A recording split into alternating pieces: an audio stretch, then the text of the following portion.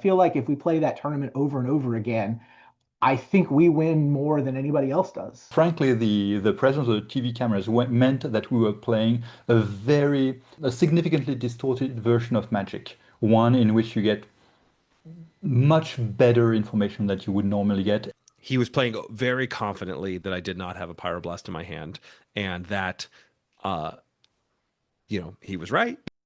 Welcome to the Tranquil Domain. Today we're collaborating with Hungry on Plane to ask, what happens when the cards in a Pro Tour are so strong that it comes down to finding an edge based on ink saturation? Urza Saga introduced the card Time Spiral and changed the game completely for PT Rome 1998.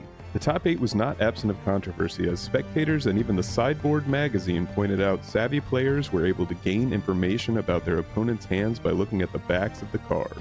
We have gathered the first-hand accounts of the players who were actually there. Enjoy.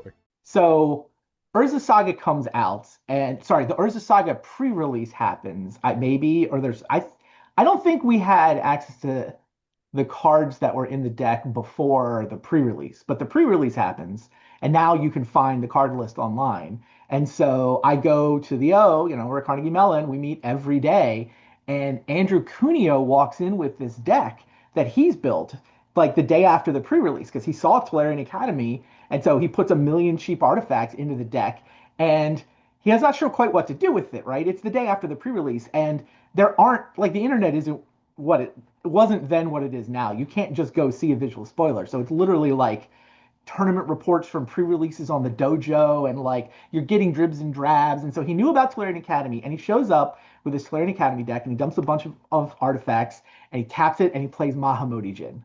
That was what he came up with on day one as the payoff for this ridiculous amount of blue mana. Then we learned about this card called Time Spiral. It's in the same set. Like, Time Spiral Tolarian Academy was obviously the ridiculous combo. But yeah, day after the pre-release, Academy was obviously busted, and then it was just like, what are we going to do with all this mana? Mahamoti Jin, I still remember Mahamoti Jin as like, that was day one before we had the full set list. Anyway, so then, yeah, Cuneo shows up with that deck. We find Time Spiral, and it is very quickly off to the races. Like, as soon as the set came out, I was driving all over Pittsburgh, and like every store I could find, I would buy all their academies. I would buy all their Time Spirals.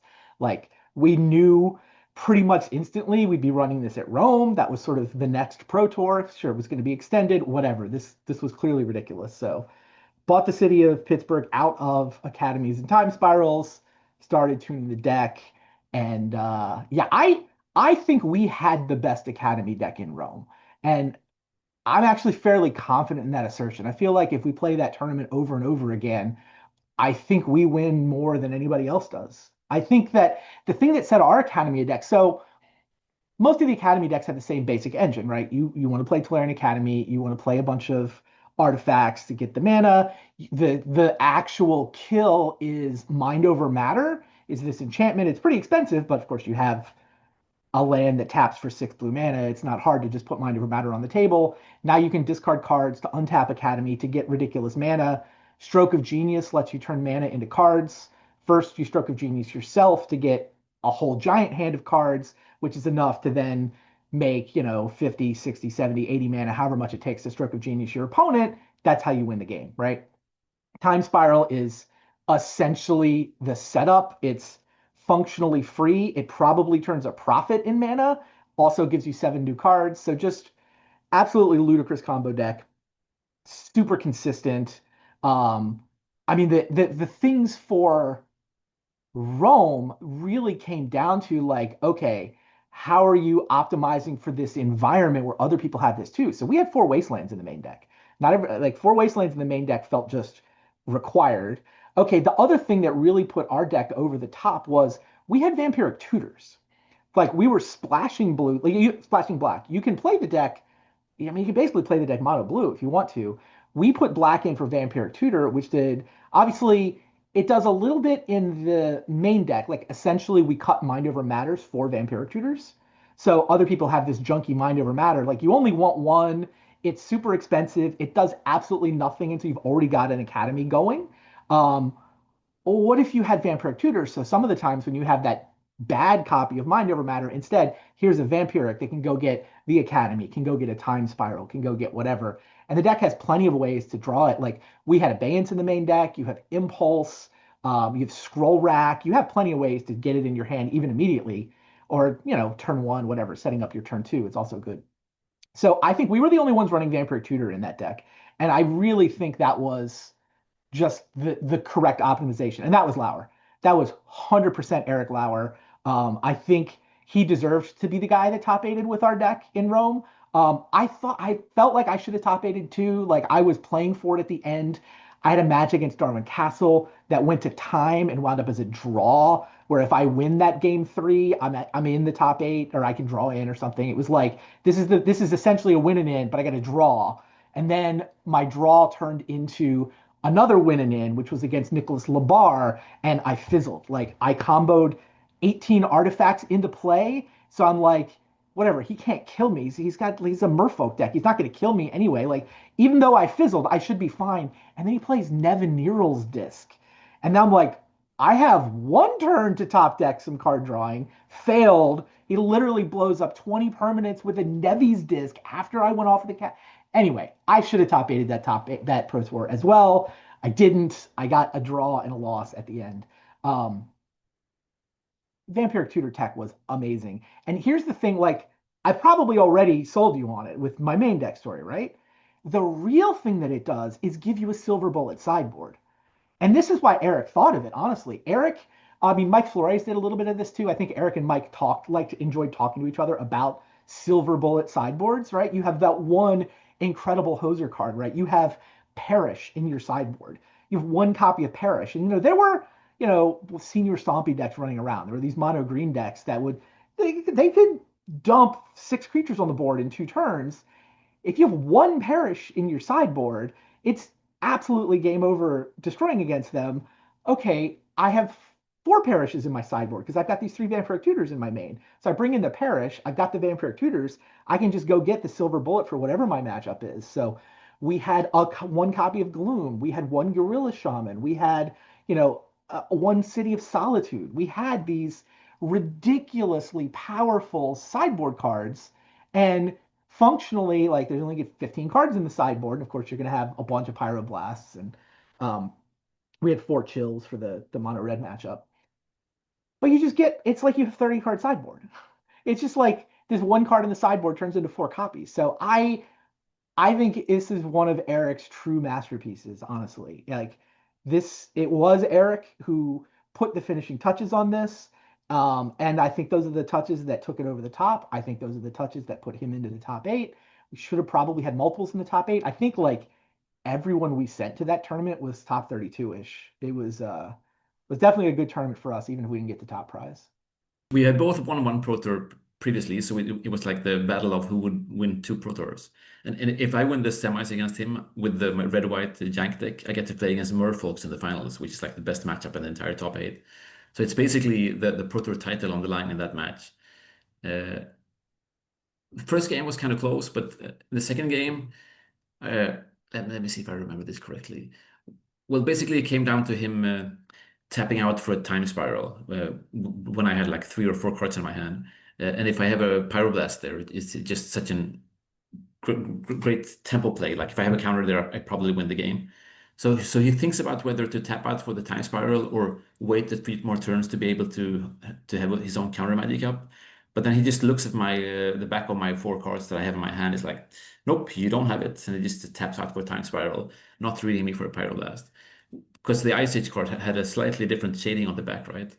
But what he didn't know though is that I actually had 2 Pyroblasts and 2 red Elemental Blasts in my sideboard, so I could have had 2 of the reds, but I didn't. So. And then he just went off to crush me 3 games straight, and I just ended up winning the Pro Tour. And I even lost the double elimination match, the next match. So I just came up, I don't know, 5th or something. I guess I also remember losses more than wins, like specific details from losses. Like I remember my last match at PT Rome, the double elimination bracket against Mark Lepine. Deciding game, he's on the High Tide deck that we talked about earlier. I'm on this red-white jank deck. I want to play. I play Plateau Go. He taps out for a turn to chill, saying like, "Please don't have a Pyroblast," which I don't, and then I just lose the game. And somehow I just randomly found a picture of that match online, and it's actually taken exactly with the turn to chill on the table. It just comes back to haunt me. That was like a $5,000 game too. But he was kind of smart enough to bring it in. It's not super intuitive to bring it in against a deck that only has like Jackal Pup, Lightning Bolt, and Pyroblast in red. But I mean, since Pyroblast was such an important card in the matchup, he brought in chill on the play, which I mean, hats off to him. I did read my tournament report because I found it like online like today. I was reading it and I noticed like I was in the report I was saying that hey I'm making all these mistakes and I actually lost like one game. I was going to win in like turn 2 or 3. Then I like accidentally played a second land even though I had the game in like a wrap and then just the game loss. And then I noticed later in like I think it was against Randy Buehler, I was going to win and then I didn't wasteland his academy before playing my own. And then like that didn't turn up being like a game. That was not a game loss, and I could like still win the game. So but I think it's just my style because now I've realized why. I think one of the reasons why I was good is because I was so like just looking at all my mistakes like kind of honestly and trying to like assess them. I played against I think Justin Gary in the quarterfinals, like white Winnie with some red. But I have no recollection of the games and even like it was like other than I think in the report it mentioned that like I think he had like only few like red sources, like maybe only 4 like dual lands, and then I guess I wastelanded those and he couldn't like pyroblast my like my combo. And then semifinals was against Ulle Rode. He had also like a similar deck, but I don't even know if there's much to say about it's just a combo deck and it's just whether you get the combo going or not. And in the finals it was this like a French guy who was playing like a Merfolk deck. I mean I didn't do that, but the thing is what was true is that he had like his cards because back then I don't know if nowadays the same like different like sets had different like card backgrounds. So is it his or my, like even if someone were to look at some like is it his responsibility to like have cards that could be red or mine? But I don't know where the story came from, but I don't think I used it to my advantage.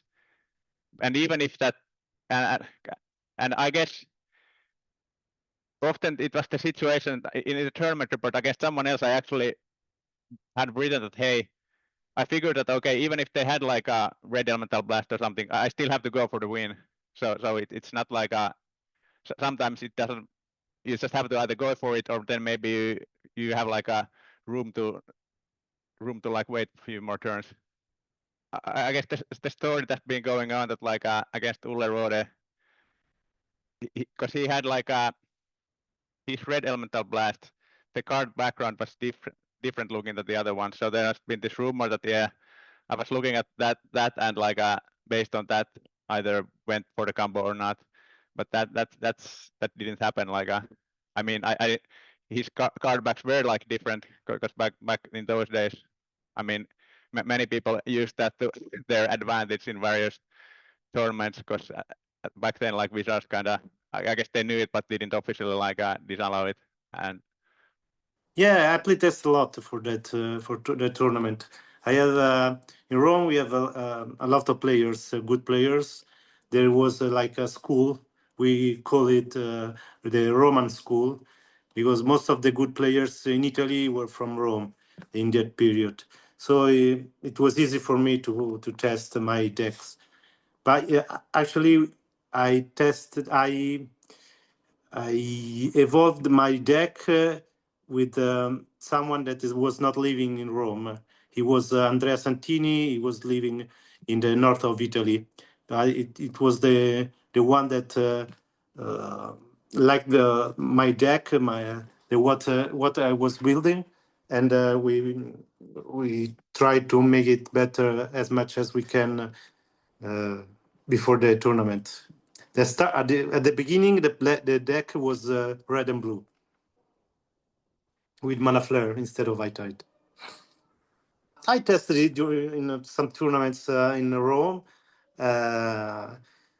It was performing pretty well, but not that solid. Maybe because of the metagame wasn't the same of the Pro Tour. So the winning score was not that high like in the Pro Tour. In the Pro Tour was much better because of the metagame, of course. The deck was perfect for that metagame, except of the deck that beat me in the semi-final, of course. That was the only one I cannot never win. That's the only deck I cannot beat, really. There was like 2 or 3 in the entire tournament, and I met him in the semi-final. That was unlike, really unlike. The other 6 decks in the top 8, it was an easy win for me. That was the only one I couldn't win. Of course, the most important was the last one, because it was the one to make top 8. The winner would have advanced to the top 8, and it was a feature match, so there was a lot of people around us. The strange thing is that in the third game we won. It was 1-1, of course. In the third game, he was playing Arcane Laboratory that kills my deck, of course. And I removed the Reshind from my deck to put it in the sideboard. I didn't know about he was playing that, of course. And he played it like at second turn, maybe. I have no way to win with the combo, but I managed to win tapping the City of Brass. 20 damage. Yeah, it was insane. Like all people screaming because nobody realized it. Because or people asking why I was continuing playing the game since I couldn't close the combo, and I continued playing it. And when he was 15, like he realized that I was going to try to win by tapping and tapping his Feet of Brass, since he could play only one spell per turn. Of course, the Arcane Laboratory, I think you know it, the card. I can manage to advance with turnabout 10 counters and drawing in my phase, in my turn, and countering in his turn. So I could manage. And once I cast the Mind Over Matter, I was tapping and tapping the Steel Brass until putting him to 0. It was insane. First round of the top 8 against Mark Lepin was he was playing the High Tide, but a different version. They built a different version of High Tide. They were playing more counters than me, but they were not playing the turnabout. They were crucial in this matchup because with turnabout I can have 2 counter wars, one in his turn and one is in my turn. So at the end I won because he had to tap out in his turn for the counter war, and in my turn I have plenty of mana. He cannot do anything. So that was the key card to win the game.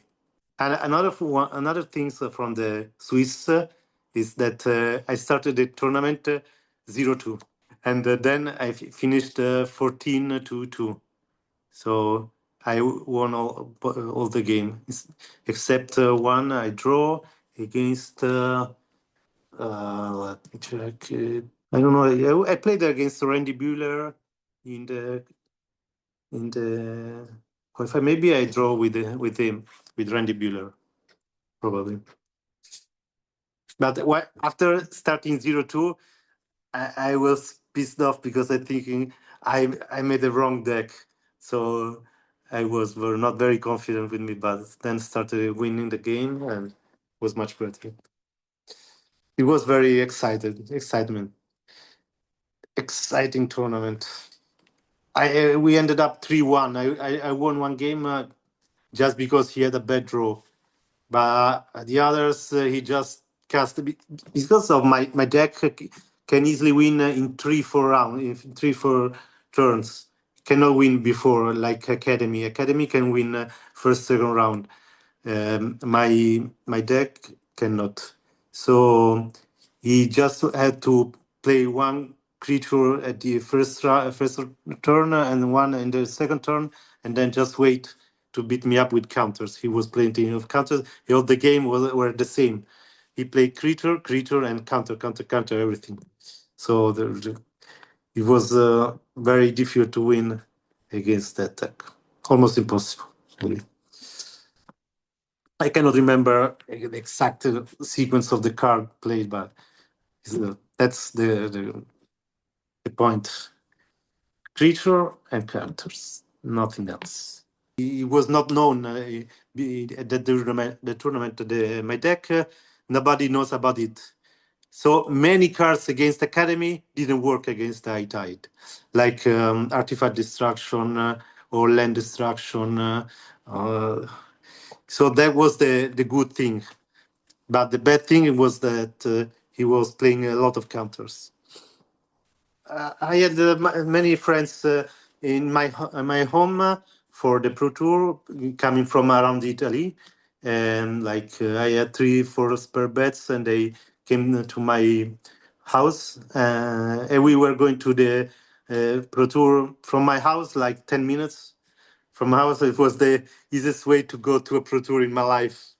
Of course, no planes, no hotels, nothing. It was very chill. Yeah, it was. That's a good thing because I have no jet lag. I have no stress for the travel, so that's a good thing. That helped probably.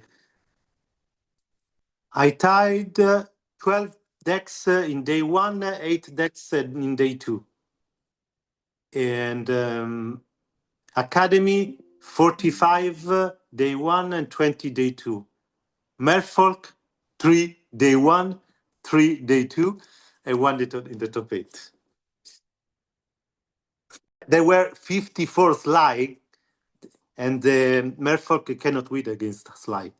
Let me check the matchup of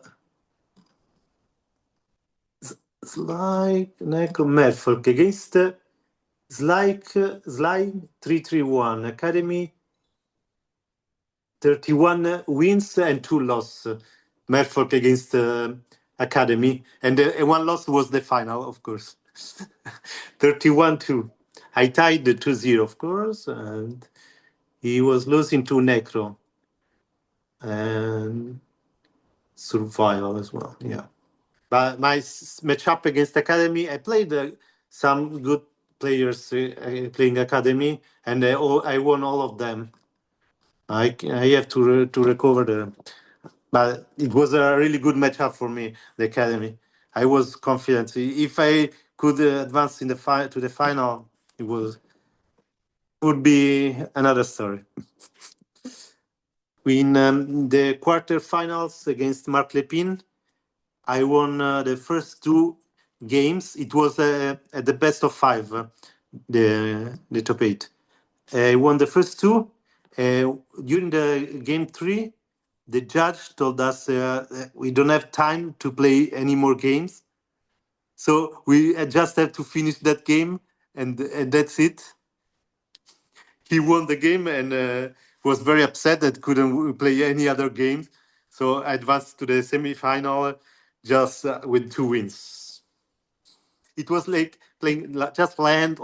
We played like 20 lands each one because nobody wants to start the combo because, of course, he cannot win because if you fail, then you have to pass and then he can close the combo with you tapped out.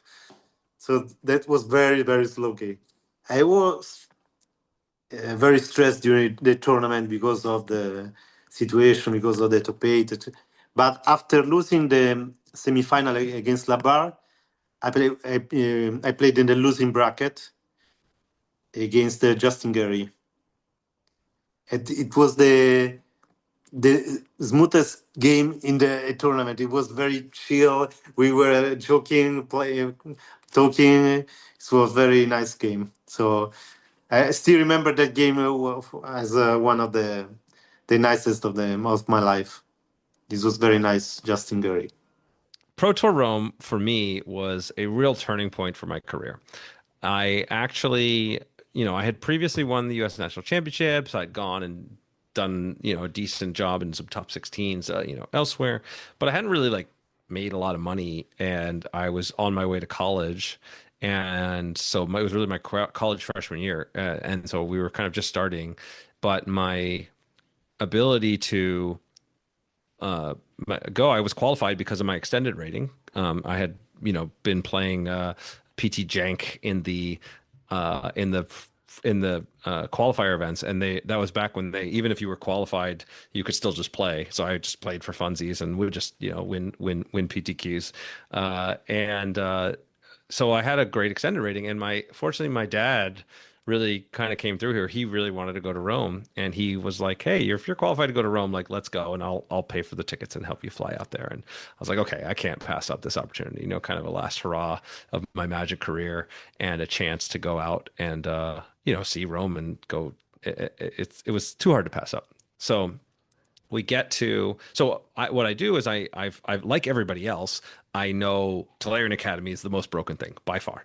So I don't have any of those cards. And again, I've left my home in Florida and I'm in New Hampshire ready to go to college. And I don't have anything, but a buddy of mine promises me, "Hey, listen, I'll lend you all the cards for the Academy deck because that's what everybody's going to play and that's what you need to do." So he mails me the cards for the Academy deck, except they don't arrive in time for my flight.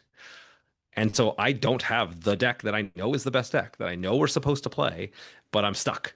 And so the only thing I have with me is the PT Jank deck that I had been playing in the qualifiers that I do not think is the best deck at all, but it's all I got. So hilariously, because the mail didn't show up, that's the deck I brought with me to Rome. Now, we show up in Rome, and then I tweaked it out, right? So I just was like, okay, I know everybody's going to be playing this deck, so I'll put in all of the cards that I need, and I've got even sideboarding Pyroblasts, and I've got main deck, all these different things. I'm like, all right, let's just try to be as aggressive as I can. Got my Cursed Scrolls and my my Lions and my Wastelands, and I'm going to do the best that I can do. And so we get to Rome, and my first idea is I was going to go do I have days ahead of time to go tour Rome, but there's like a there's a full-on taxi strike the day before the Pro Tour, 2 days before the Pro Tour. So like you can't get anywhere. And the taxis and the public transit in Rome, they don't strike like they do in the US. Like if in the US, if you strike, you just stay home. Like, or, you just like have a picket line somewhere. In Rome, when they strike, they like just drive super slow all around the main area. So they just gridlock the whole city. So I was like, okay, well, I'm not going to go tour anywhere. So I, walked around, had some delicious food. But other than that, I just ended up play testing and practicing, getting ready for the event. So we go into the actual event, and then my things start to click for me, right? Any of the, I'd kind of pre-loaded my deck and my sideboard so anti-Academy that I could, generally speaking, have a decent chance against them.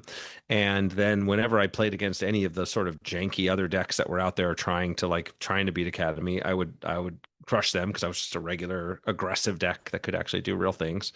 And yeah, my performance was far greater than I had anticipated.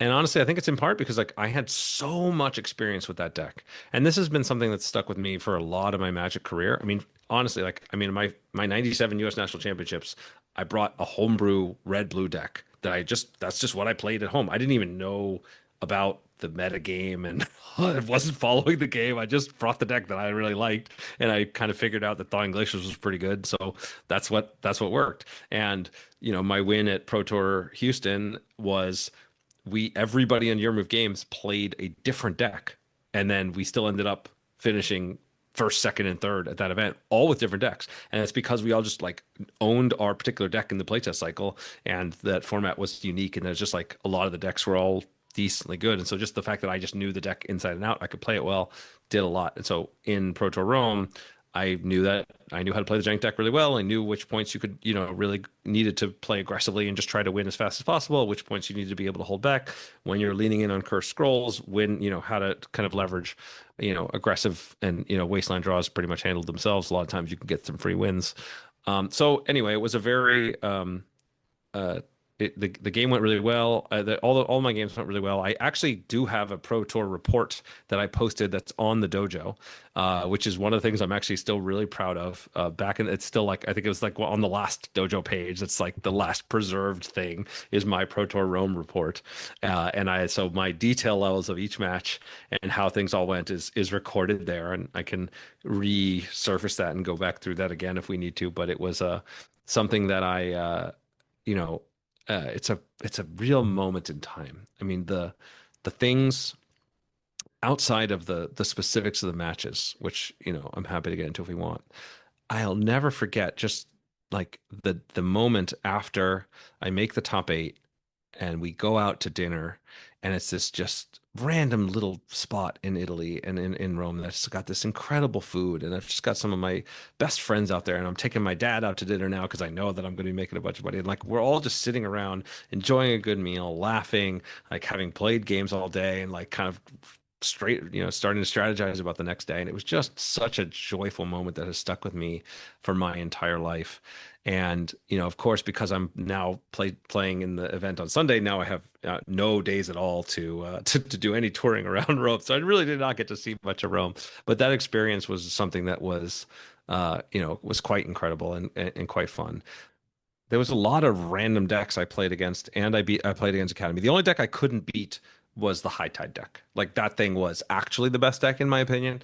And my tools to attack it were way, way less, right? Because I could play, I had a lot of like, artifact and enchantment destruction, and I had a lot of like ways to attack, everybody that played with dual lands and obviously Academy and all these different things. They were like wastelands were just godsends. Aggressive things were there, but the High Tide deck could just wait till the last minute and then crush me. That was the only matchup I really couldn't.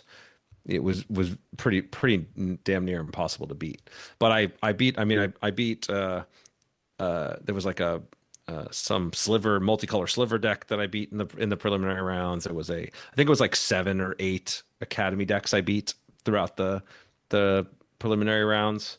Yeah, so I beat, round 1, I beat an Academy deck largely on the back of Wastelands and a lot of pressure. In round 2, I beat a Necro deck. Round 3, Academy again. Round 4, more Academy. Round 5, a very bizarre Legion land loss deck that just doesn't really get to do all that much against me because I don't need that many resources at that point. Yeah. And so I'm just cruising my way through. I beat him. I'm 5-0. I feel, unstoppable at this point just because I've tuned my deck to beat Academy, but I've been now beating a variety of other things. Then round 6, I play against a sliver Necropotence deck, which I cannot believe was a 5-0 deck. I was like, I just was like, what is happening here? And then game 1, I draw 3 wastelands. Game 2, I draw 2 wastelands. That's plenty to shut down that abomination of a mana base. He's like using the land that depletes itself, the gemstone mine, was it? Yeah, so he's a gemstone mine, and just it was not close. Then round 7, I have an Academy. I play against Academy. Round 8, I play against Academy again. This was Randy Bueller, and we're in a feature match. And so this was a bigger one where we're there, and there was a little bit of a shady moment where he plays an Academy and like I wasteland it, and then he tries to play another Academy later in the same turn. I'll chalk it up to an innocent mistake, but that was one of those wasn't really sure what to do in that moment. I'm still young in the career, and I knew him, so got through that. Then my High Tide, I did play against Ben Farkas in High Tide in round 9, and this was I did actually win that first time, right? Because I didn't Academy, everybody knew was a big deal and was a great deck. High Tide, I think, was not properly discovered, and I think it was, or at least I wasn't aware of it ahead of time. And I had so many less angles to attack it, and so I think I got lucky that round and was able to win anyway. I have abeyances and pyroblasts that were sideboarded in. That was a really great tool against all of these decks.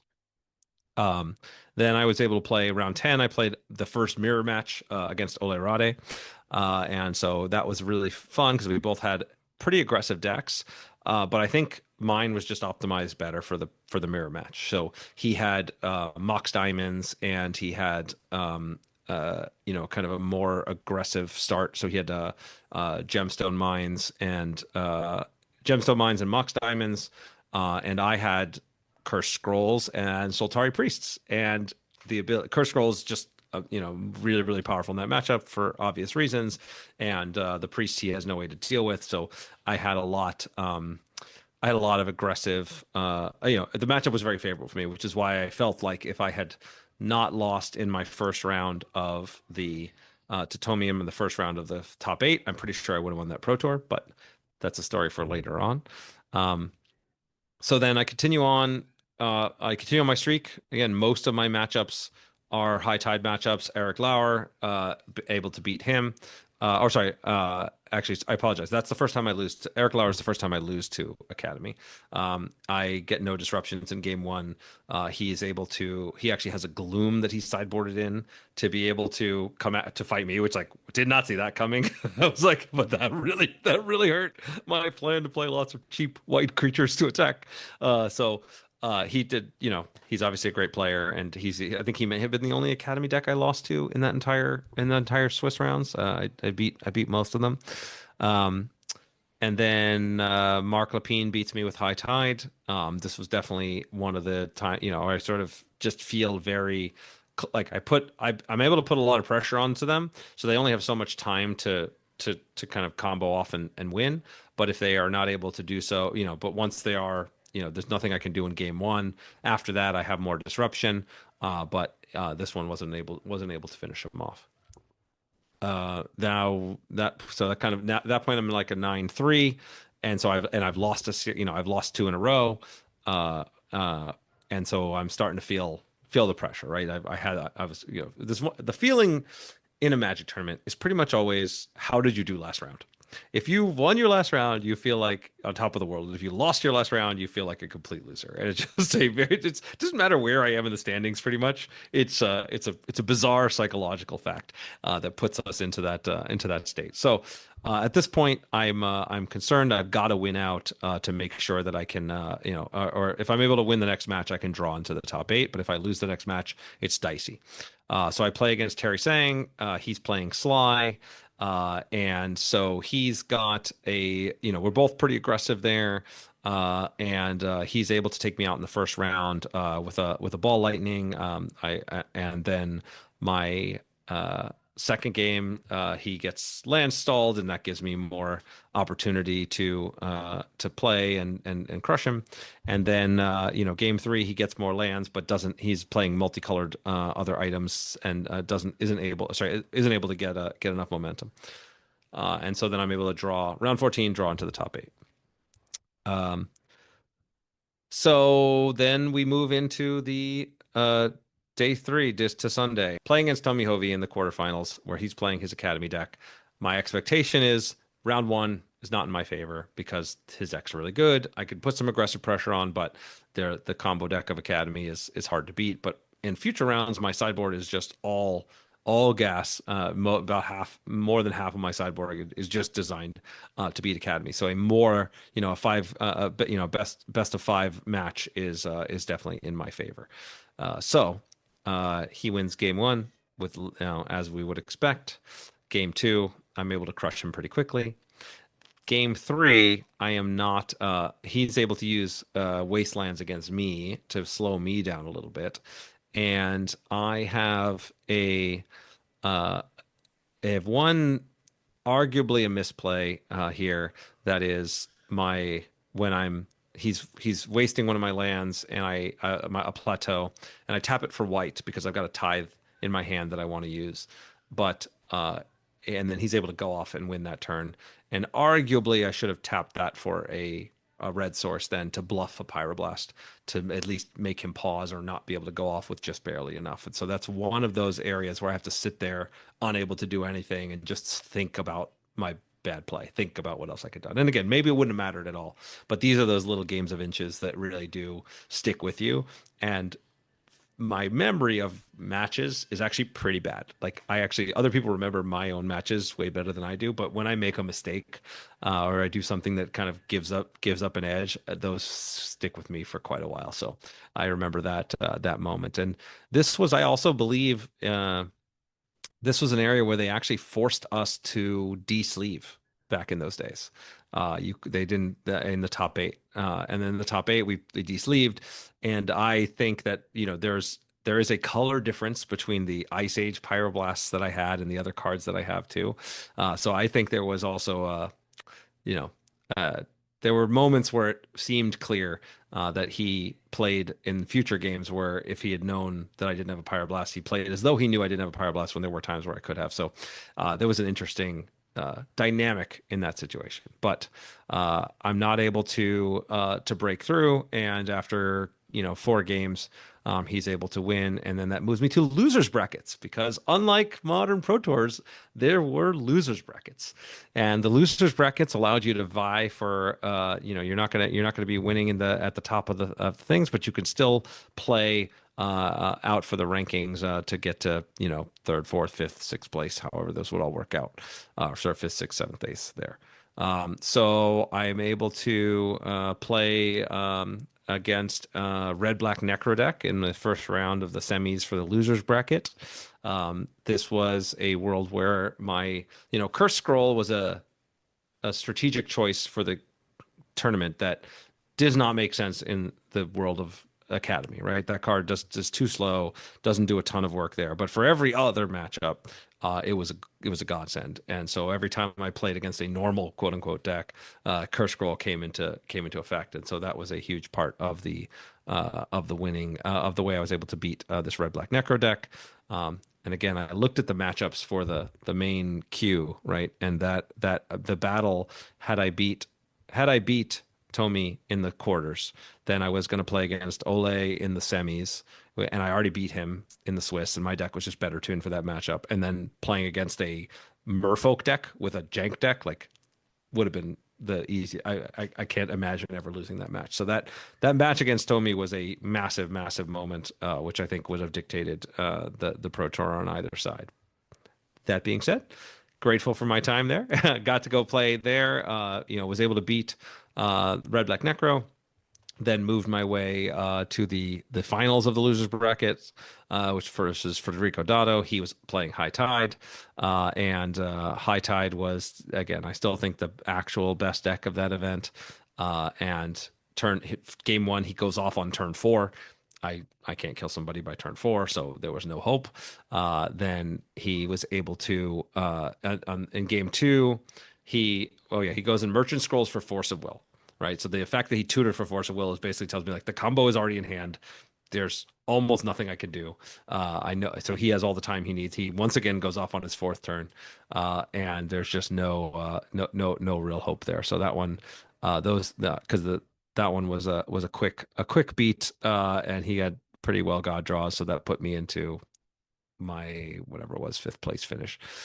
So really an incredible event. It made me fall in love with Rome in general. It made me fall in love with Magic again in a way that if Pro Tour Rome didn't happen the way that it did, I would not be here talking to you today. I would have had led to whether or not I would have won had he not had that capability of reading my hand off the back. I obviously can't know, but I know that he had that ability. I know that there was at least one game out of the 4 we played where if he was playing very confidently that I did not have a Pyroblast in my hand, and that he was right. This was actually my first qualifying tournament, the one that qualified me for Rome. But I had been playing for 4 years. I thought of myself as a solid player, and I was playing regularly with people in Brittany. So we had this was a case of me being not that bad and playing with motivated people who wanted to go to qualifying tournaments. So just seeing my skills improve over the course of 1 or 2 years. And then went to Paris, qualified. It was with a Tradewind Rider deck, which was basically off the shelf. This is one of these decks which had been making the round in the qualifying tournaments, and I must have play tested, but not that much. It was one of these solid decks that perform well against the field. You could tune somehow, but not that much. So that was taken care of, and frankly, I remember it as being a happy accident, but also it felt pretty logical at the time. The way things that go well feel like you deserve to do that in retrospect, and having played in many other qualifying tournaments afterwards, not so much. So things had gone well. I had qualified, and I was 21. I was a student. I didn't have many better things to do with my time than playing Magic. And also this is the point, and I was looking this up earlier. When I was reading the dojo, is essentially everything that was in the dojo at a time when not everybody was. So this meant that I could I could do more with less playtesting. Because a lot of people would just playtest with their groups, but reading the dojo and reading the results of other playtest groups, reading match reports, even from mediocre average players, but also from great players, meant that it made it very easy to think about a format and to think about what optimizing decks in a way which again was not that widespread at the time. So I was doing that. And to the best of my recollection, we had the list for the saga very shortly before the Pro Tour. I would say maybe a month or 4 weeks before the Pro Tour. I mean, there had been a spoiler list, but the official final list and the cards themselves had become available roughly a month before the tour. So there was very little information regarding what was possible with the cards, except for a few match reports from the US, which I read again devoutly, and realizing that there was a report which I remember to this day of a guy with a slide deck running 4 wastelands and siding in I think 4 pyroblasts and 4 red elemental blasts, and just destroying academy decks simply because he had a disruption package that was sufficient to do that. So I was looking for, I had been thinking about the extended decks and especially the Legion Landlost decks, and which I had partly contributed to. So I was using that as a foil, and all the regular decks that I had tried were getting crushed by Legion Landloss or by established staples. But when it became clear that everybody would know about the academy decks, but that nobody would have the time to properly playtest, I thought that this was an opportunity to simply go with disruption. And the logic was that if I could run 4 wastelands and 4 force of wills and 4 counterspells, I couldn't think of any way for the academy decks to go off because they were resilient, but they relied on refilling the opponent's hand at least 2 or 3 times. So and also tapping out, consuming all of their mana into a stroke of genius or something like that, something expensive. So if you could just stop that one piece of the engine, then you would be fine, plus wastelands to make sure that they could not rebuild immediately afterwards.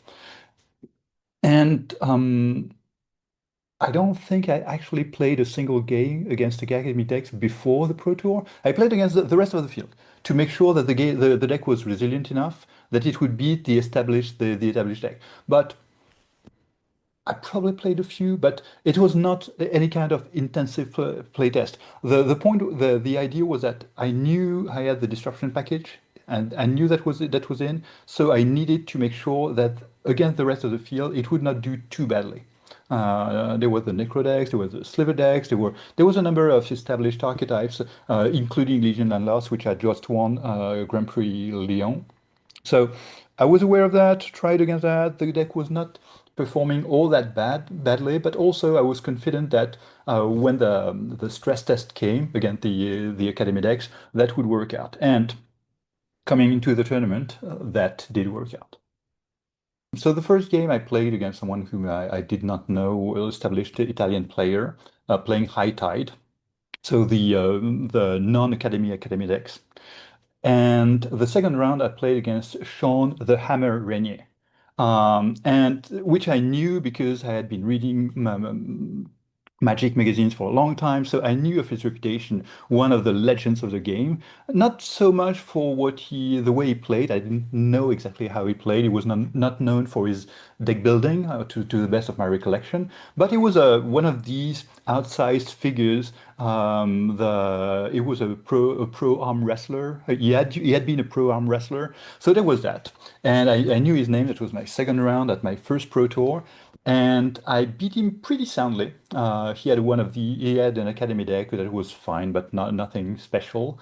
And at one point, I was not exactly trash talking him, but I was going yeah whenever I was attacking with my puny merfolks, which is something that I did playing in matches. And I had French friends around me to say, "Don't do that. It's an arm wrestler. He could beat you up." So that was I do remember that. I mean, I have a strong memory of that specific moment of just going, yeah.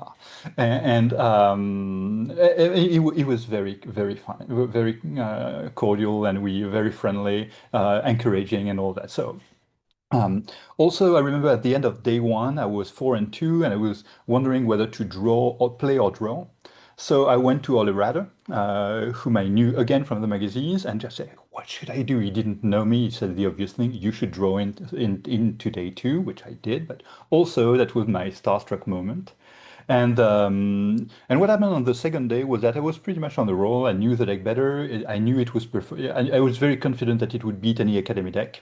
And the academy decks kept hurting themselves. They were playing Ancient Tombs, and they were playing other. They were They were investing massive amounts of mana that could result into mana burn. So they were essentially. I would put one tumor folk on the board, and they would inflict 18 damages to themselves, failing to go off, and I would just hit them twice with a Merfolk Trader. And that happened several times during the day. So it was very striking because people were essentially panicking. They had no game plan for disruption, again, because the set had come out just mere weeks before the Pro Tour. So they had playtested the deck. They had playtested the deck against Sly and the established archetypes. But disruptions with creatures on the board, they didn't know what to do with that at all. So they were, instead of simply establishing the resources and going off slowly because I had no pressure in the deck, they tried to go off turn two. I had Force of Wills and they would fail, and that was it. And it happened time and again. So that was building up confidence, and also because of the draw rules at the time, did not get extra turns or extra minutes at the end of the round, if unless there was good reason to provide extra turns. The game would simply end at the end of the active player's turn when time was called, which means that the academy decks, which were pretty slow when going off, had all the draws, and I was in the draw bracket following my draw at the end of turn day one. So that draw opened up the day two to me by pairing me up against academy after academy. And finally, the final memory, and this is a cherished memory. I played against Randy Bueller in round 14, deciding round for the tournament. And again, Randy Bueller was one of the names. I loved his writing. The Firestorm Necropotence deck that he had played shortly earlier was an impressive feat of deck building, and he seemed kind. And he had a Vampiric Tutor version of the Academy deck, which was interesting. I still don't know whether that was the best version, but it was probably the most modern-looking version in that it allowed them to include a whole package of one-offs in the deck and in the sideboard, which made it very adaptable. Anyway, so we start playing. I think I beat him round one because this is what the deck did. And round two, he tried to go off, and I played a Never Disc on turn four, which I had three off in the deck, which sounds counterintuitive, but was actually pretty solid in the environment. So I plays this, meaning he has to go off because he has tried the slow route of just establishing his mana base and his artifacts. He tries to go off and he fails, so I blow up the disc and I blow up everything on board. And I start beating up with, I think, a Sukata Firewalker, so 0/1 Prodigal Sorcerer, which was still in the deck because I didn't have that many things to sideboard in. And at one point he goes, "Are you sure this is an extended deck?" And that stuck, but also I won that game. Top 8 was it was very weird because we were secluded. We were not supposed to have the deck lists from the other players' deck lists. So the larger teams had access to the deck list because they had enough people in the room to know more or less what everybody was playing. But we were kept in a separate room. There was literally nothing to do. We were with a judge, waiting for the matches to finish. We were not allowed to watch the other quarterfinals. So I do remember reading a Tim Burton book, waiting for hours because these were academy decks, so they were so very long to play well, and you had to go through the motions. With no time limits, it literally took hours for the quarterfinals to resolve. So I played against Eric Lauer, quarterfinal, playing the same deck as Randy. Won 3-1. Same story. Essentially, the disruption was really strong. That is, the deck had many flaws. I was playing Mana War of all things in an academy field. I think I took them out in every single, not every single match because I played maybe a couple decks against which they were relevant, but that was a real misreading. But truly the idea of putting creatures on the board, having curiosity, having counterspell backups. This is essentially Miracle Grow, years before Miracle Grow. And what I mean by that is far weaker than Miracle Grow. But also the strategy is the same, early pressure, disruption. And if you get a decent draw, if you got a decent draw against people who were, again, pretty panicking or not knowing exactly how to play around, who had no game plan. The strategy was sound, even though the cards were not exactly there to make it work. So I don't remember any special moment against Eric Lauer. I won 3-1, I think, and just one of these academy matches. Then I played against Federico Dato, semifinals, who was playing with the High Tide deck, and he knew what he was doing, but also he had no. What the academy decks could do is bring in counter disruptions. They could bring in red elemental blast. They could bring in Evians, things that they had against control, but that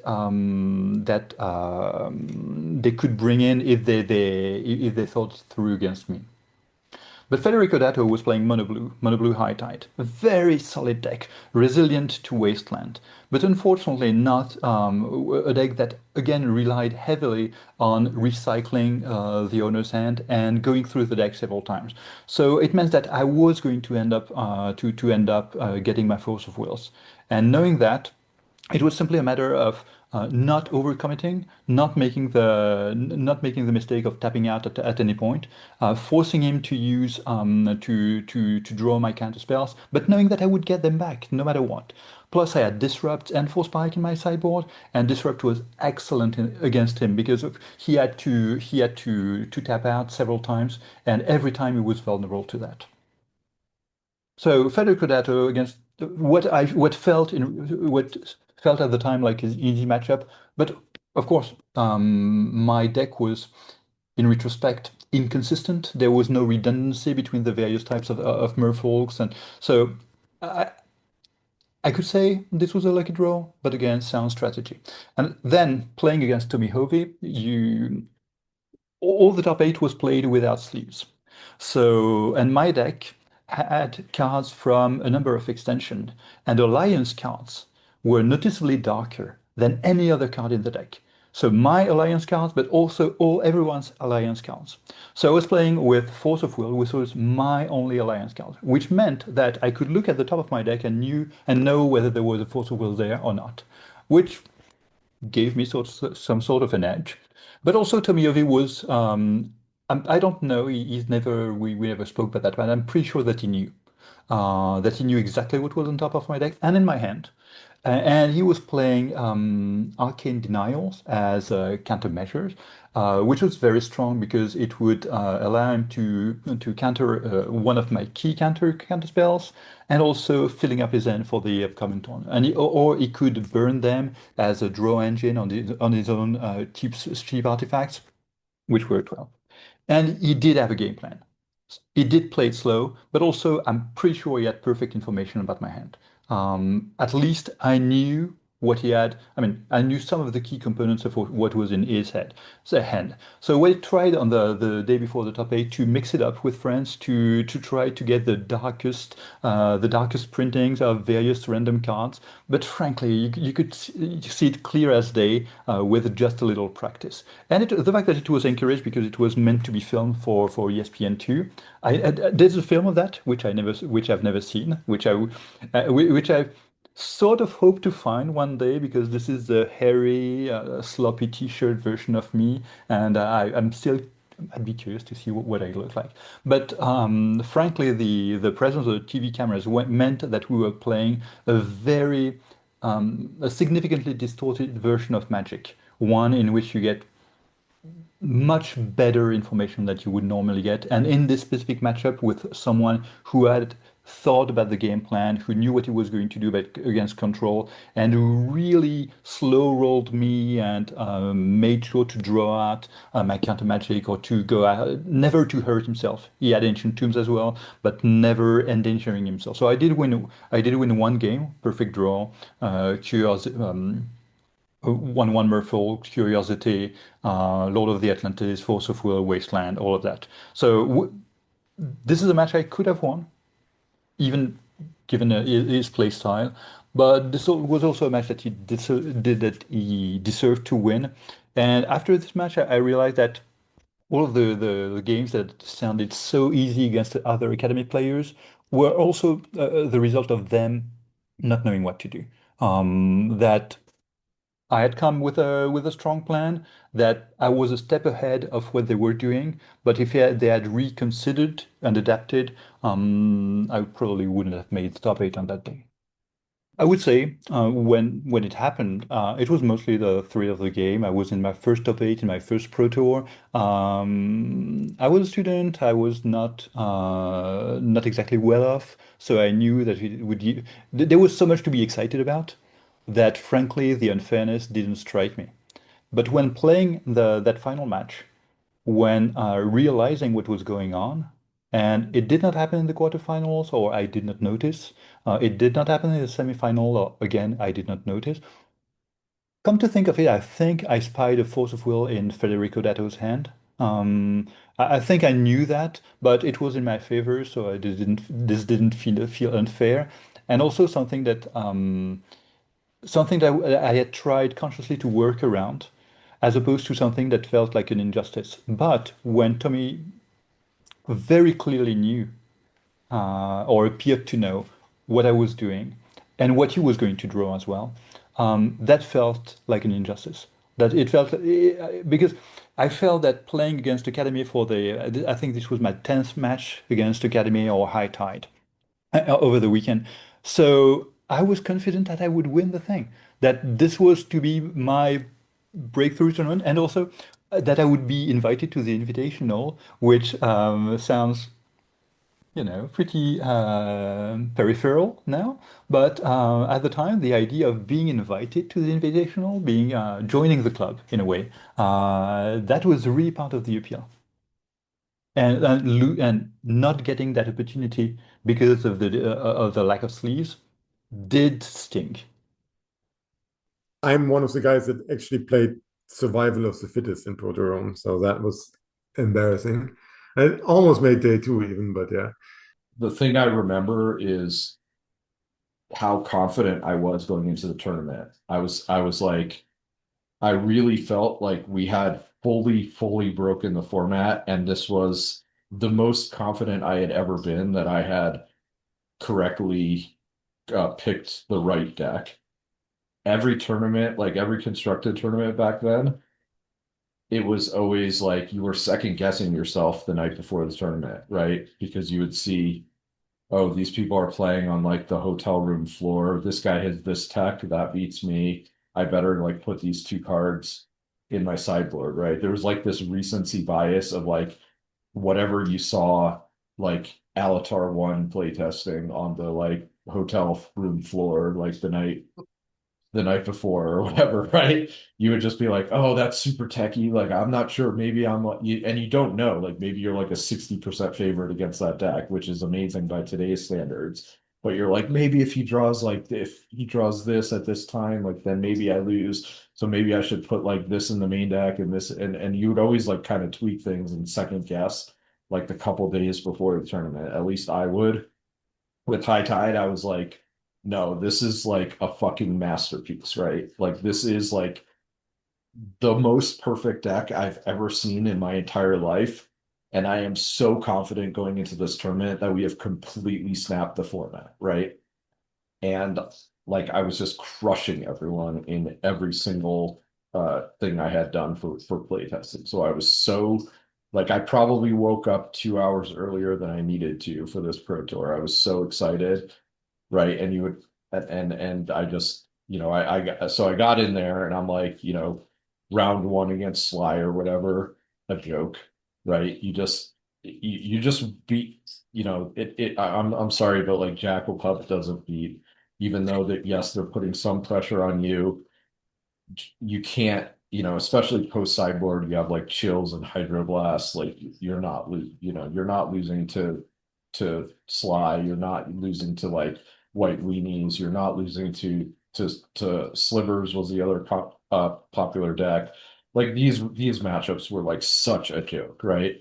So I completely like cruised through day one, and I ended day one 6-1 or 7-1. I had one loss. I don't recall what my loss was for day one. I'm guessing it was either Academy or a mirror matchup. Academy was the only, I think Academy is the only matchup where we may have not been. I don't think we were favored against Academy. I don't think it was like a horrendous matchup.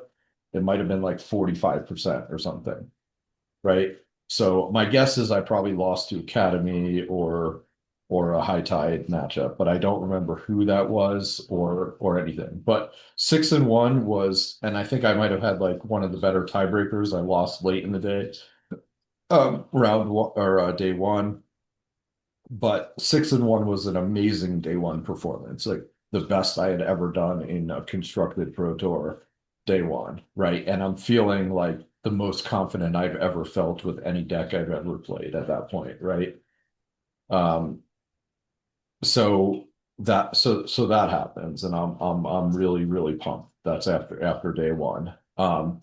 So day two, so I'm on top of the world. I'm like fourth place overall in the tournament or something like that at the time, right? So my opponent at the time was Tommi Hovi, right? So against going into the Hovi matchup, my psychology was like, he's a tough opponent. So when you see the matchups, pairings are up, right? And you go back then they would announce pairings are up, and you would have to hear it, and then everyone would scramble and go to the same section to read the like 3 sheets of paper that are on the wall, and you would have like 20 people deep trying to look at the 3 sheets of paper. And then you go and you look and you're like, oh shit, I'm playing against Tommi Hovi, right? Does that line up? Like that, you would like trace your finger, Ben Farkas, Tommi Hovi, and you're like, damn it, I am playing him. And so you sit down to the table, and I knew he was playing Academy, which is clearly the worst matchup in the room against like probably the best player of Academy in the room as well, right? Like everyone knew Hobie was amazing, and he's also like an intimidating opponent to play against because he's so stoic and just like does not like he doesn't like small talk with you. He doesn't, he was an intimidating guy for sure. So in the sideboard games, I do not recall who won game one actually. I think I did, just I don't know. I wouldn't bet a lot of money on this, but I believe that I did want to win game one.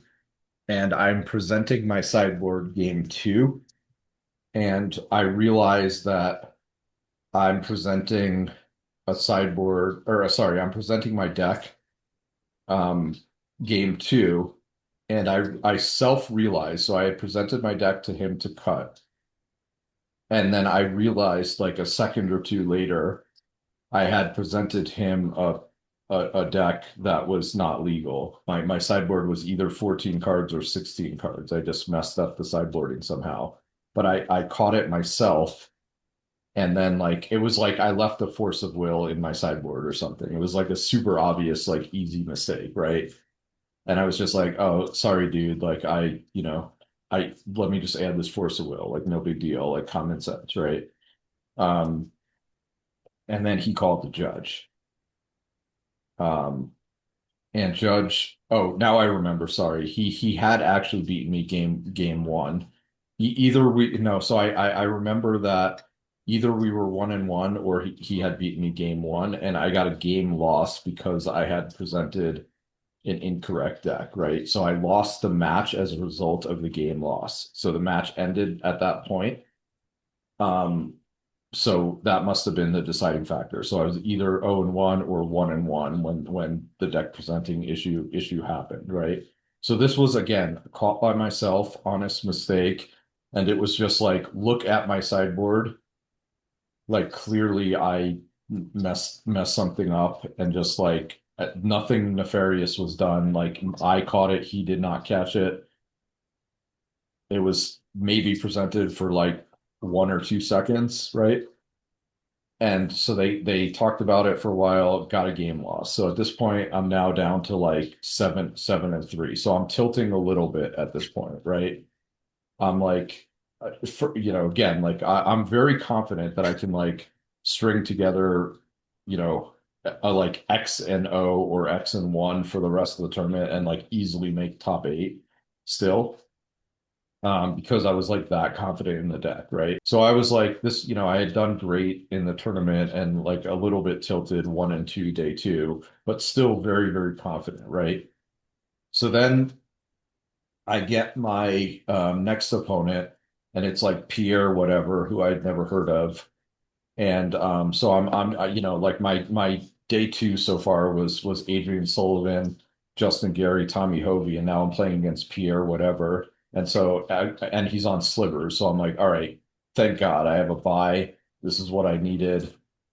Like, smooth sailing from here, get my head back in the game, right? Because literally, like the sliver deck was as close to a buy as I think you could ever get in competitive Magic, right? I'm like really happy. I'm like, all right, like a little bit of a downturn to start day two, but here I have a buy. I'll very much in contention for top eight after this win, and like I'm really confident, really happy with the deck. It's playing perfectly. I'm like, I've never played a deck better than I played High Tide either. I felt like I knew exactly what to do. I'm a control player. This is my this is my forte basically. So I'm playing against him, and like it's a super easy matchup. So I'm going off. I'm like I time spiral. I high tide. I time spiral. I'm like going through the motions, and I'm shuffling my deck, and then I like do a token shuffle of his deck, right? So I'm just like a little bit of a shuffle, and then like a forest pops up, face up, right? Like a basic land card. I believe it was a forest, face up on the table. Judge gets called, right? And this is just me going off with high tide normal. I had already seen the card from the previous game. This was game two. I had won game one. Had seen the card, and I was literally going through the motions. So I had the game on lockdown, time spiraling, going off, like had mind over matter in play, like just fully going through the motions, and like he hadn't conceded yet, but I was like 99.9% to win at that point, right? And the card flips up for my like I was very giddy, I will say. I was very happy to be going off like at that time. And I probably was like a little bit like haphazard with my approach, but the card face up on the table, judge gets called, and they're like match loss. So I was up one game going off game two, about to win the match loss because I already had a game loss from the previous round. So it would have been a game loss, and I would have got to play a game three, but it was a match loss because of what happened the previous round when I had like presented my deck and taken it right back, and they gave me a game loss. So if with those two like infractions at the time, that turns it into a match loss. And so at that point, like 16, 17 years old at the point, and like emotional roller coaster at this point. So I just like fuck this, and like basically like flipped over my cards and like and like threw my bag against the like banner, the like welcome to the Pro Tour banner, like that's hanging on the side. And they're like, and then they just DQ'd me, right? But at that point I didn't care because I wasn't like I couldn't like mentally come back from the match loss there where I was like 100% to win, and they match lost me for flipping a forest over. Like I could not mentally continue the rest of the day. So the DQ, while it was like severe, I I don't think that like the straw that broke the camel's back was actually the match loss, right? Because I don't think I was continuing the tournament kind of regardless. Like I don't think I would have been in a good mental state at that point. And so yeah, I got really, really pissed off and like talked to the judges, etc. Like had to like call home from a fucking payphone at the time, and like it was a mess for me, right? Um, so yeah, that's my DQ story.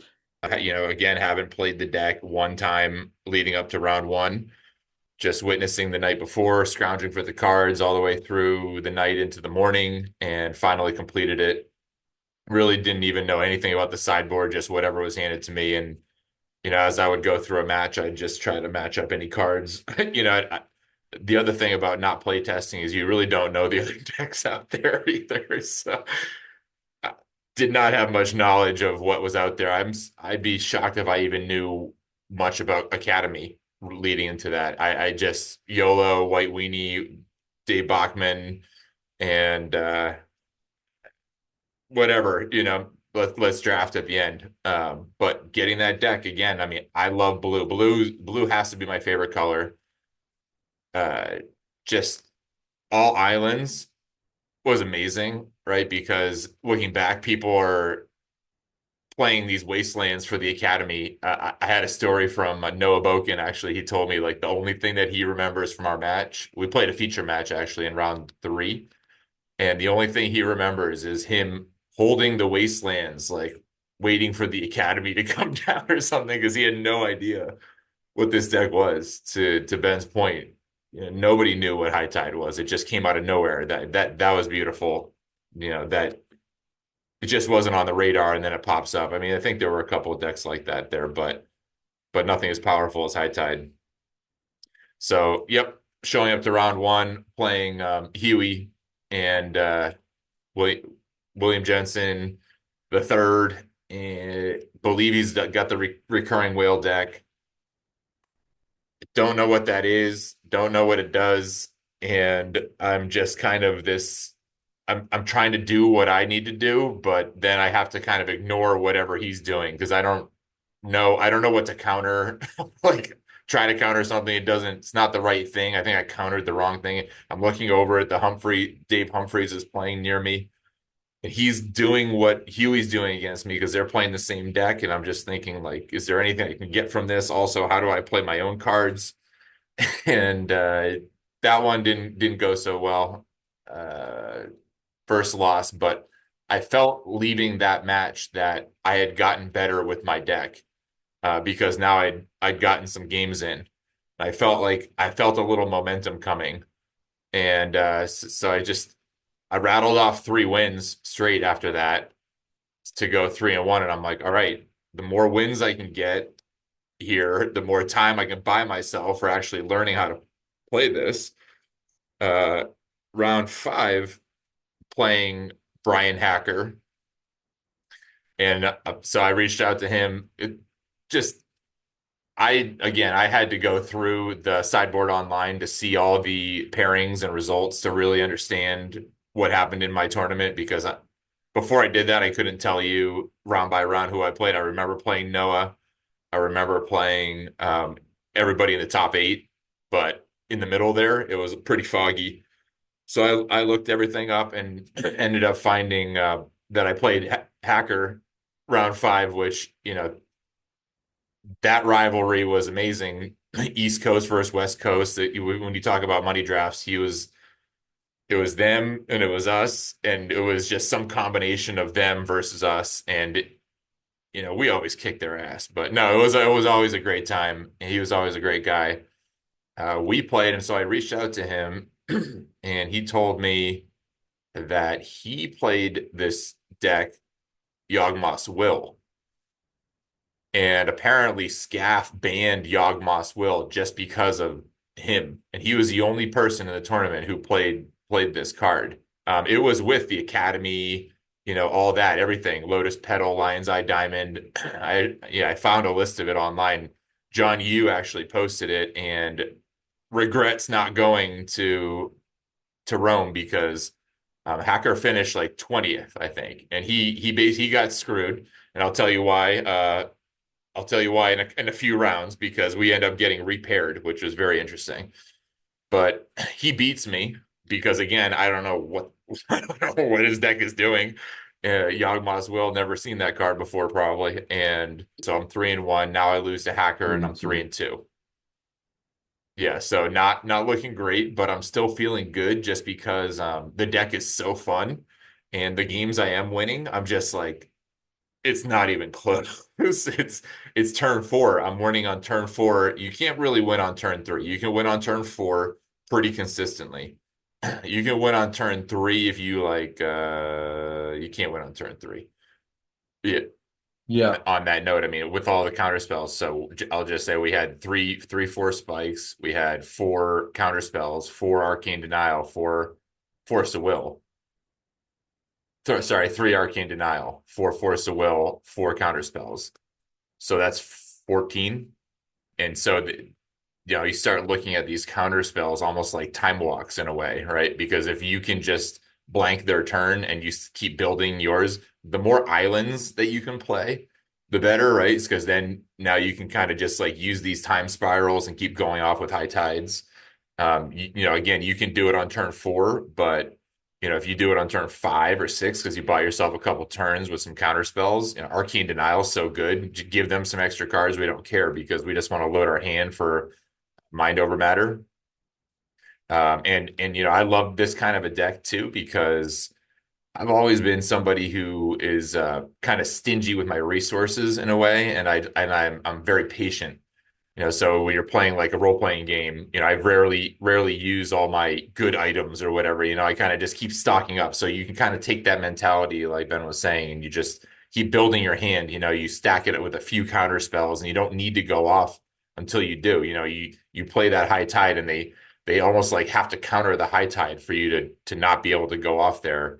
But and then you have because you're using more lands to now counterspell. You don't have enough to, maybe you need 6, 3 more lands or for 6 for the Mind Over Matter or a time spiral. But I just love that aspect of you can just build it up, and you really don't need to feel pressured to beat them as long as you're, because again, they're not getting these crazy fast threats on you. They can try, but you're countering things. So they end up landing like 1 thing or 2, and you're just like, all right, I'm on X amount of turn clock. So I have 5 turns to go off or 4 turns to go off or something like that. So it's just, kind of reading those situations and, building your hand to be as strong as you need it to be to overcome whatever kind of objections are coming. So yeah, anyway, we can go back to the tournament. So I lost to Hacker round 5, right? He's got the Yawgmoth's Will deck that got banned from that one tournament that he, finished 20th in. Then I won. I don't know who it was Nicholas Oliveri in round 6. And oh yeah, Noah was round 3. That was my only feature match actually. Of note, which was kind of interesting, they do a little like player profile on you. And I, for some reason, said, well, I guess it makes sense, but I said that this tournament was my best finish by far, or like absolutely my best finish. And I had already top eighted in mines before this. That was draft, and it was 7th. So obviously, I don't know. Maybe I said it was my best finish because it was an incredible tournament. Just the way that I ran basically was memorable in that way, where it felt like the best tournament. But because we at that time, I don't think we had like when they asked us those questions, I don't think the top 8 had happened yet. It would be like in between the end of round day 2 and day 3. So, all right, so I win round 6 against Nicholas, and then round 7 play Aaron Forsyth. Forsyth, as we know, is a big man in the community now, and he was playing Academy, same exact deck as Eric Lauer, he said. I did reach out to him too, and he was telling me that he played the same exact deck as Eric Lauer, minus I guess he played Tormod's Crypt instead of an Urza's Bauble. So one card was different, and that was it. But I beat him. I don't remember any details of the match. I don't think he does either, but I squeaked it out. So I go into day 2 at 5-2. I've won 2 in a row. Round 8, play against Hacker again. And this is interesting. At this point, they stop the round after everybody's been sat. They stop the round and they say, stand up and I do remember this now that you said it, stand up if you've played anybody, if you're playing somebody that you played in day 1. And so Hacker and I stood up because and there were 2 other matches that were like this. So they swapped the 3 matches around. He ends up playing somebody who had a draw and like drew with him and got in the draw bracket, which sucks for him because now he's playing all the control decks, counter spells and whatnot, right? And he has this Yog-moth Will deck, and so he ended up getting just hosed there basically for that swap. Where he had already beat me, and he knew I didn't know what I was doing at that point, but there were still 2 rounds in between that, so I learned a lot in those 2 rounds. But so we got repaired. I didn't play him, and I don't know who I actually played because they didn't show that on the sideboard online. They only show Brian Hacker, so not sure who the replacement was, but I beat him. Then Juha Helpy in round 9 was a win. Terry Sang playing Sly in round 10 was a win. Tim Glockner round 11 was another win. He finished 10th actually, so that must have been probably pretty close. Not sure what he played. Round 12, Justin Gary. So Justin Gary playing the red-white deck had already beat my friend. I don't know if I knew that at the time, but revenge must have been in the air because, or I guess avenge must have been in the air because I did end up winning. So I was 10-2, or what was it? 10-2 at that point after beating Justin. And then I get to intentionally draw the next 2 rounds. Luckily, so there's 2 more rounds to the tournament, right? That's round 13. I'm paired against Eric Lauer, so we intentionally draw, and then round 14 paired against Ule, so we get to intentionally draw, which is interesting because I end up playing both of them in the top 8 in the constellation bracket. But it's funny that I ended up playing them in that order too. Eric and then Ule, and then Eric and Ule again. All right, top 8, playing against Federico Dato. Super nice guy. He's a local Roman or Italian, I guess. I don't know if he was from Rome, but he was very close. And Interesting. Yeah, I went back and read his tournament report, and we have my memory is a little different, but I can't 100% it on exactly what happened here. But basically, we so actually what's funny is he has a lot of great. I didn't realize that he didn't have the 4 counter spells. So that's a pretty big deal in this matchup. But he did have the 4 turnabouts, which is pretty insane. Obviously, mana wise, I'm spending 2, he's spending 4. But if he's doing that at the end of my turn, which he definitely did to tap me out like a mana short, then very powerful. I have to waste my mana on his turn, and then he gets or on my and then he gets to do something else. So that was a problem. And then he had he wrote about one game where he dropped a mana web, which is pretty insane, right? So mana web is 3 mana artifact. Whenever your opponent taps a land, they have to tap all their lands. So if he's doing something, at the end of my turn, like a turnabout, and I counter it, then I have nothing left besides potential force of will on his turn. Pretty smart, and I think it feels like he has disrupt in his sideboard, which is pretty interesting. He does have 3 counter spells in his sideboard too, so that's also in it. So after sideboard, he's pretty strong against the mirror, it seems like, and it's almost like since he brought the deck, obviously, where did he get this deck? First of all, it's very close to what we played, but yeah, and they had all the main pieces, and it was a better version technically than ours, just because of those turnabouts and when you get to the sideboard. But yeah, so he I'm reading back on the games that he wrote about, and this is actually interesting. So both games that he beat me game 1 and game 2. In both games, he ends up like stroking me in response to deck me. Like I stroked myself and then he stroked me first. So like in game 1, um, I stroke myself, but he strokes me in response for 20. So I stroke Amazing. myself for 30, he says, and in response he gets me for 20, and the second one resolves and I draw my whole deck. Right? So I lose That's that amazing. one. I lose that one just from that. And the second game he's saying he has the mana web, and then on his turn I impulse, which is he's saying that I tap out to like, because he has mana web, I impulse tap out, and in response he strokes me for 15, which is my deck apparently, and I draw it.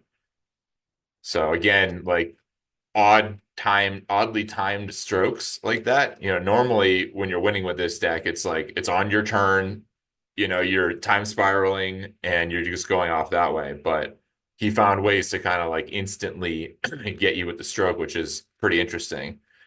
So then my recollection was third game, we third game is where our matchup gets like very hairy because it is best out of 5 in the first round of the top 8 at Rome. And obviously he's up 2-0. Game 3, uh what happened? So basically in game 3, from what I understand, I end up we're playing. So I remember multiple pauses because there was camera coverage of some degree, and they were like wanting to get multiple people covered. And I think they were focusing on Ule at the time. He was playing, I guess, who was he playing? I don't remember exactly. But I think he was playing Hovi. I think he played Tommi Hovi in the first round. And they were like pausing our game to go back to their game, and like because they wanted us to wait and not finish our match necessarily because he was up 2-0. They thought that they wanted to capture one of our games. And so they were pausing us. We were paused for a good like 15, 20 minutes from what I remember. And then they had us unpause. and play again. So we were playing game three, and I had won game three. I was like our games were long. Nobody wanted to do anything. You know, it was like I was saying before, we keep our resources. We're building up multiple counter spells in our hand, trying to get ourselves in the right position, and nobody's doing anything. And you know, eventually somebody does something and ends up just barely beating out whatever the permission was. And so that happened in game three. Game four is going, and again, there's some start stops. Game four is on. Uh, to be fair, I felt like I was behind. We had both about the same amount of cards in hand, but I like nothing that I had was that relevant, but he didn't know that. He could have been in the same position, but somewhere in the middle of game four is when I believe that they basically just called time. You know, they just said it's over. You know, you don't get to finish you don't get to finish your match. Like I was trying to reason with them to say, you know, like I was upset, you know, like you guys kept pausing, and if it wasn't for that time, we might be able to finish another game. Again, I would say, like, zooming out objectively, that he had a better matchup in the mirror match. He was already up 2-1. You know, he was probably winning game four.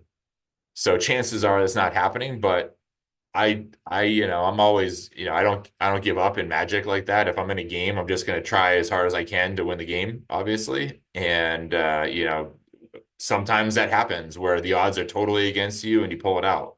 So I'm not saying it most likely would not have happened, but it could have, and that could be a different story. Although, so I will say that he ended up having to play Labari in the next round, and he had the Merfolk deck, which that was another one that would be that was a not a favorable matchup for High Tide, I would say, right? Because you have your early beaters, but then you have all that counter spell backup, so you can kind of like get a couple dudes down and just put them on a clock and counter whatever, you know, get in this counter war and slow them down just enough to beat them. So I don't think I ended up playing that matchup, but I just remember seeing that deck and thinking, I don't want to play that matchup.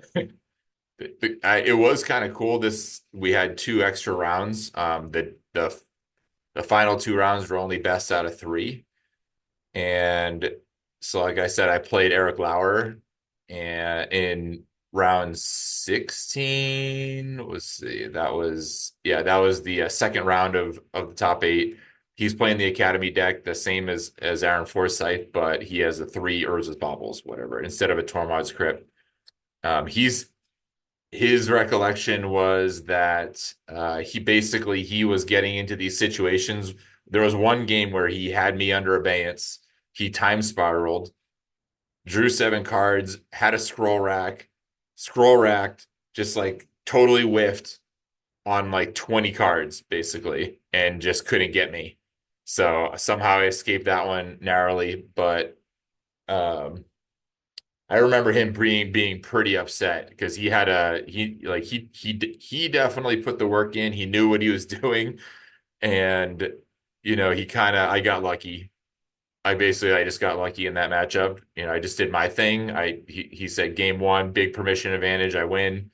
Game two, he puts in all his things like Pyroblast, City of Solitude, and cut some of the dead artifacts basically. But he was like going off, but couldn't fully get there. Ended up beating him 2-0.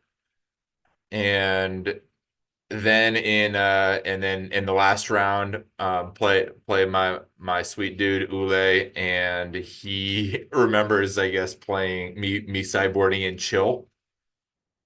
Basically, I just, you know, we have seven pieces in our sideboard for red decks, and if I see red cards, I put in all those pieces. So I guess it was pretty tight. As he said, it was like a $5,000 match, which was kind of funny at the time. Thinking back, I didn't really look at it like that, but that does make sense. Glad I won that one.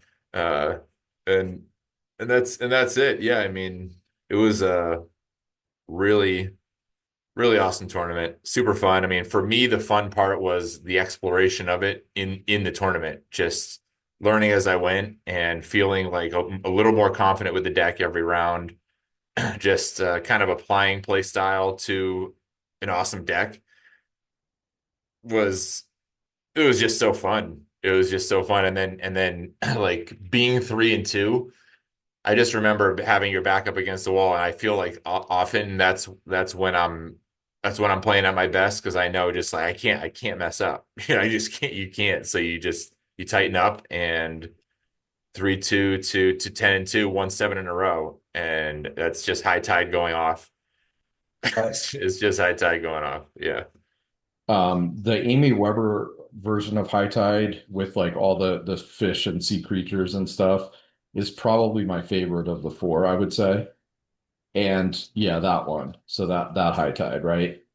So I have been like trying to find this art for many, many years, like 10 years or something, and like posted on Facebook. I'm not never on Facebook, but I posted on Facebook to try to find the art. It was nowhere to be found. And then like a month ago, I'm like randomly on Facebook, which is like it literally, I haven't been on Facebook in like 15 years, right? I'm like randomly on Facebook, and like 2 hours prior, someone had posted the original Amy Weber art for it was 36K or OBO, 36K OBO. And I was like, I reached out to my friend Jeff White of Team Sped fame, and he's does a lot of art wheeling and dealing and like is on Facebook a lot more than I am. So I'm like, Jeff, like get this for me. I'm willing to pay the full 36K, figure out how much I have to pay, just go get it. And this was like 2 hours after it was posted, right? And so then Jeff's like, all right, dude, I'm on it. And then he comes back and he's like, I can't believe this. I'm really sorry, dude, but like it's already been sold. Like someone snapped it up for 36K like 2 minutes after the post. And I'm like, you gotta be fucking shitting me. Like, I happened to notice my Grail piece like 2 hours after it got posted, and I can't, and I somehow like can't, and I was willing to pay like X. I probably would have paid 50K, right? And I'm like, reach out to the guy, like ask him, like, can I just pay more money and like get it, right? Because I need to own High Tide. I need to own like one of the original artwork, like maybe not the Amy Weber one, but like one of them I need to own. And he's like, no, sorry, dude. Like this dude, like he wants it, and like big collector or whatever. And it just right. So I wasn't able to get it, and now it's just kind of like lost, I guess. So that happened like a month ago, literally, and that was like I'm still not over it. It's very, very sad. Feels like Pro Tour Rome all over again. Yeah, yeah. I don't know. It's just like I really need maybe what will happen is whoever bought it will be listening to this documentary, and then they'll reach out and be like, all right, dude, give me 50K, you got 37K, it. 37K, and we're good. No, you And already I'll said 50K, so you can't it's go higher. fine, but he's whoever bought it is a good dude and understanding that I need it more than he does. So And we're extremely jealous of you. We want to be your friend, and you can call us anytime. Thanks for watching. Make sure you check out the other half of this video by Hungry on Plane, as well as our other content. And if you like what you see and want even more, make sure to check out our Patreon.